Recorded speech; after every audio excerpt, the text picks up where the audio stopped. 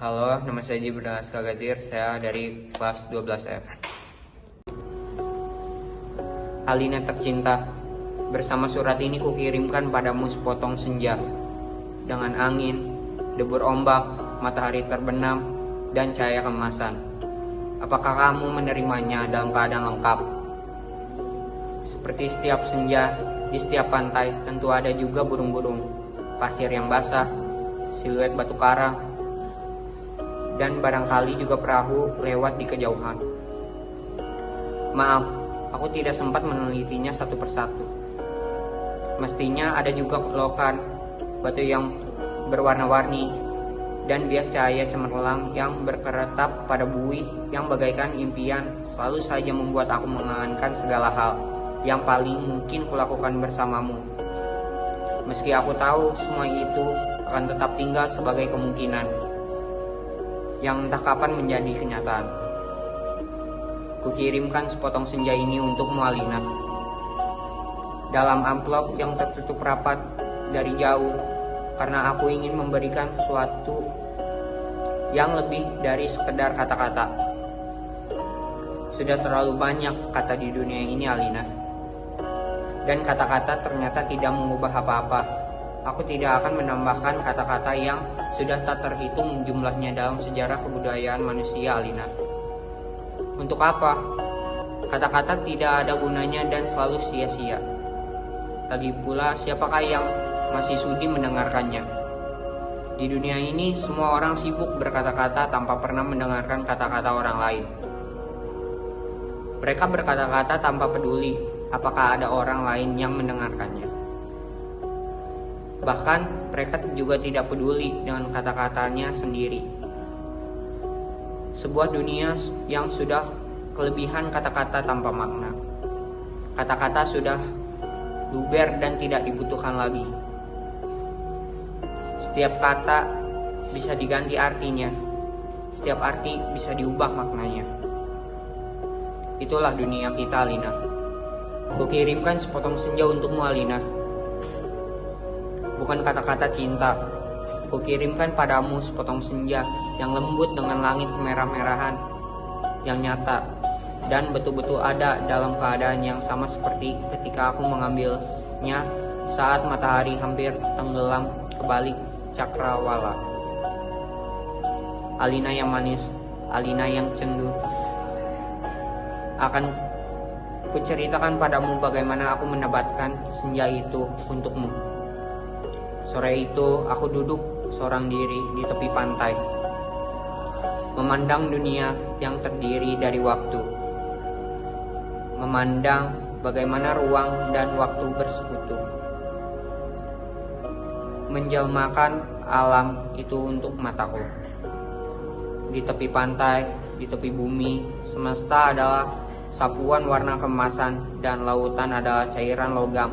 Meski buih pada debur ombak yang menghempas itu tetap saja putih seperti kapas dan langit tetap saja ungu. Dan angin tetap saja lembab dan basah dan pasir tetap saja hangat ketika susupan kakiku ke dalamnya. Kemudian tiba-tiba senja dan cahaya gemetar. Keindahan berputar melawan waktu dan aku tiba-tiba teringat padamu. Barangkali senja ini bagus untukmu, pikirku. Maka aku potong senja itu sebelum terlambat. Ku kerat pada 4 sisi lantas kumasukkan ke dalam saku. Dengan begitu keindahan itu bisa abadi dan aku bisa memberikannya padamu.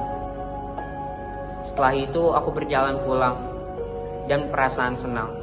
Aku tahu kamu akan menyukainya karena aku tahu itulah senja yang selalu kamu bayangkan untuk kita. Aku tahu kamu selalu membayangkan hari libur yang panjang, perjalanan yang jauh, dan barangkali sepasang kursi malas pada sepotong senja di sebuah pantai di mana kita akan bercakap-cakap sembari memandang langit sambil berangan-angan, sambil bertanya-tanya, apakah semua ini memang benar-benar telah terjadi. Kini senja itu bisa kamu bawa kemana-mana. Ketika aku meninggalkan pantai itu, lihat orang-orang datang berbondong-bondong.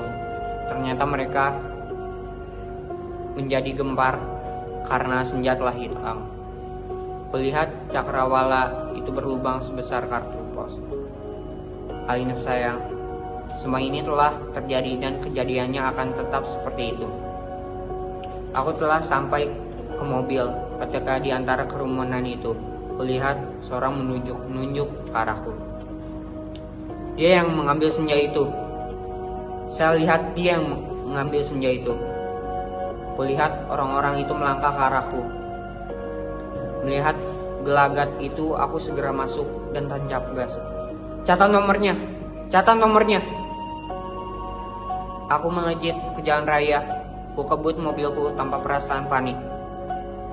Aku sudah berniat memberikan senja itu untukmu dan hanya untukmu saja, Alina. Tak seorang pun boleh mengambil dariku. Cahaya senja yang kemasan itu berbinar-binar di dalam sakuku. Aku merasa cemas karena meskipun kaca mobilku gelap, tapi cahaya senja tentu cukup terang dilihat dari luar. Dan ternyata cahaya senja itu memang menembus segenap celah dalam mobilku, sehingga mobilku itu meluncur dengan nyala cemerlang ke aspal maupun ke angkasa. Dari radio yang kusetel, aku tahu berita tentang hilangnya senja telah tersebar kemana-mana. Dari televisi, dalam mobil, bahkan kulihat potretku sudah terpampang. Aduh, baru hilang satu senja saja sudah panik seperti itu. Apa tidak bisa menunggu sampai besok? Bagaimana kalau setiap orang mengambil senja untuk pacarnya masing-masing? Barangkali memang sudah waktunya dibuat senja tiruan yang bisa dijual di toko-toko, dikemas dalam kantong plastik dan dijual di kaki lima. Sudah waktunya senja diproduksi besar-besaran supaya bisa dijual anak-anak pedagang asongan di perempatan jalanan. Senja-senja cuma 1.003 di jalan tol, mobilku melaju masuk kota. Aku harus hati-hati karena semua orang mencariku. Sirene mobil polisi meraung di mana-mana. Cahaya kota yang tetap gemilang tanpa senja membuat cahaya kemasan dari mobilku tidak terlalu kentara. Lagi pula di kota, tidak semua orang peduli apakah senja hilang atau tidak. Di kota kehidupan berjalan tanpa waktu, tidak peduli pagi, siang, sore, atau malam. Jadi tidak pernah penting senja itu ada atau hilang. Senja cuma penting untuk turis yang suka memotret matahari terbenam. Boleh jadi hanya demi alasan itu senja yang kubawa ini dicari-cari polisi. Sirene polisi mendekat dari belakang. Dengan pengeras suara polisi itu memberi peringatan. Pengemudi mobil Porsche abu-abu metalik nomor SJ 19658A harap berhenti. Ini polisi, Anda ditahan karena dituduh membawa senja. Meskipun tak ada peraturan yang melarangnya, tapi berdasarkan aku tidak sudi mendengarnya lebih lama lagi. Jadi kulibas dia sampai terpental keluar pagar di tepi jalan. Kutancap gas dan menyelip-nyelip dengan lincah di jalanan. Dalam waktu singkat, kota sudah penuh raungan sirene polisi. Terjadi kejar-kejaran yang seru, tapi aku lebih tahu seluk-seluk kota. Jalanan dengan cahaya yang bermain warna, gang-gang gelap yang tak pernah tercatat dalam buku alamat, lorong-lorong rahasia yang hanya diperuntukkan bagi orang-orang di bawah tanah. Satu mobil terlempar di jalan layang, satu mobil lain tersesat di sebuah kampung, dan satu mobil lagi terguling-guling menabrak truk dan meledak lantas terbakar. Masih ada 2 polisi bersepeda motor mengejarku. Ini soal kecil, mereka tak pernah bisa mendahuliku. Dan setelah kejar-kejaran beberapa lama, Mereka kehabisan bensin dan pengendaranya cuma bisa memaki-maki. Kulihat senja dalam saku bajuku masih utuh. Angin berdesir, langit semburat ungu, debur ombak mengempas ke pantai. Hanya padamulah senja ini kuserahkan, Alina. Tapi Alina, polisi ternyata tidak sekonyol yang kusangka. Di segenap sudut kota mereka telah siap siaga. Bahkan aku tak bisa membeli makanan untuk mengisi perutku. Bahkan di langit tanpa senja, helikopter mereka menyorotkan lampu ke setiap celah gedung bertingkat. Aku tersudut dan akhirnya nyaris tertangkap. Kalau saja aku tidak ada gorong-gorong yang terbuka. Mobilku sudah kutinggal ketika memasuki daerah kumuh itu. Aku berlari di antara gudang, rumah tua, tiang, serta temali. Terjatuh di atas sampah, merayapi tangga-tangga reot, sampai seorang gelandangan menuntunku ke suatu tempat yang tak akan kulupakan dalam hidupku. Masuklah, katanya tenang. Di situ kamu aman. Dia menuju gorong-gorong yang terbuka itu. Ada tikus keluar dari sana. Baunya bacin dan pesing. Ku tengok ke bawah, kulihat kelelawar bergelantungan. Aku ragu-ragu, namun deru helikopter dengan lampu sorotnya yang mencari-cari itu melenyapkan keraguanku. Masuklah, kamu tidak punya pilihan lain. Dan gelandangan itu mendorongku. Aku terjerembab jatuh. Bau busuknya bukan main. Gorong-gorong itu segera tertutup dan kudengar gelandangan itu merabah diri dari atas. Lampu sorot helikopter menembus celah gorong-gorong, tapi tak cukup untuk melihatku. Kuraba senja dalam kantongku, cahayanya yang merah kemas-kemasan membuat aku bisa melihat dalam kegelapan. Aku melangkah dalam gorong-gorong yang rupanya cukup tinggi. Kusibakan kelelawar bergantungan yang entah mati entah hidup itu. Kulihat cahaya putih di ujung gorong-gorong. Air busuk mengalir setinggi lutut. Namun makin ke dalam makin surut. Di tempat yang kering, kulihat anak-anak gelandangan duduk maupun tidur-tiduran. Mereka berserakan memeluk rebana dengan mata yang tidak memancarkan kebahagiaan. Aku berjalan terus melangkahi mereka dan mencoba bertahan. Betapapun ini lebih baik daripada aku harus menyerahkan senja, Alina. Di ujung gorong-gorong, di tempat cahaya putih itu, ada tangga menurun ke bawah. Kuikuti tangga itu. Cahaya semakin terang dan semakin menderang. Astaga, kamu boleh tidak percaya, Alina, tapi kamu akan terus membacanya. Tangga itu menuju ke mulut sebuah gua. Dan tahukah kamu, ketika aku keluar dari gua itu, aku ada di mana? Di tempat yang sama persis, sama dengan tempat di mana aku mengambil senja itu untukmu, Alina. Sebuah pantai dengan senja yang bagus, ombak, angin, dan kapak burung. Tak lupa cahaya kemasan dan bias ungu pada mega-mega yang berarak bagaikan aliran mimpi. Cuma saja tidak ada lubang sebesar kartu pos.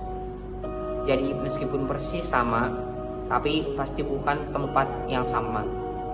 Tempatnya saja di dalam gorong-gorong.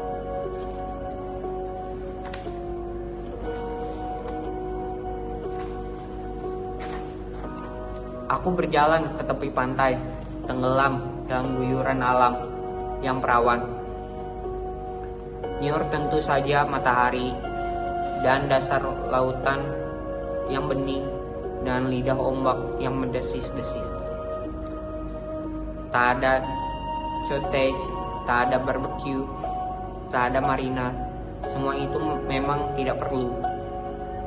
senja yang bergetar melawan takdir membiaskan cahaya keemasan ke tepi semesta. Aku sering malu sendiri melihat semua itu, Alina. Apakah semua itu mungkin diterjemahkan dalam bahasa? Sambil duduk di tepi pantai, aku berpikir, untuk apakah semua ini kalau tidak ada yang menyaksikannya? Setelah berjalan ke sana, kemari, aku tahu kalau dunia dalam gorong-gorong ini kosong melompong. Tak ada manusia, tak ada tikus, apalagi dinosaurus. Hanya burung yang berkepak, tapi ia sepertinya bukan burung yang bertelur dan membuat sarang. Ia hanya burung yang dihadirkan sebagai ilustrasi senja. Ia hanya berkepak dan berkepak terus di sana. Aku tak habis pikir, Alina. Alam seperti ini dibuat untuk apa? Untuk apa senja yang bisa membuat seseorang kepingin jatuh cinta itu jika tidak ada seekor dinosaurus pun menikmatinya? Sementara di atas sana orang-orang ribut kehilangan senja. Jadi begitulah, Alina. Kuambil senja itu, kukerat dengan pisau Swiss yang selalu kubawa, dan 4 sisanya, sehingga pada cakrawala itu terbentuk lubang sebesar kartu pos. Dan 2 senja di saku kiri dan kanan aku melangkah pulang. Bumi berhenti beredar di belakangku menjadi kegelapan yang basah dan bacin. Aku mendaki tangga kembali menuju gorong-gorong bumiku yang terkasih. Sampai di atas, setelah melewati kelelawar bergelantungan, anak-anak gelandangan berkaparan, dan air setinggi lutut, kulihat polisi-polisi berhelikopter sudah pergi. Gelandangan yang menolongku sedang tiduran di bawah tiang listrik sambil meniup saksofon.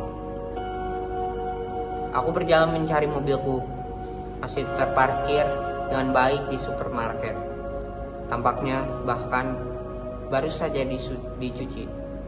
Sambil mengunyah pizza, segera aku kebut mobilku menuju ke pantai dengan 2 senja di saku kiri dan kanan, lengkap dengan matahari, laut, pantai, dan cahaya keemasan masing-masing. Mobilku bagai memancarkan cahaya ilahi. Sepanjang jalan tol kutancap gas dengan kecepatan penuh.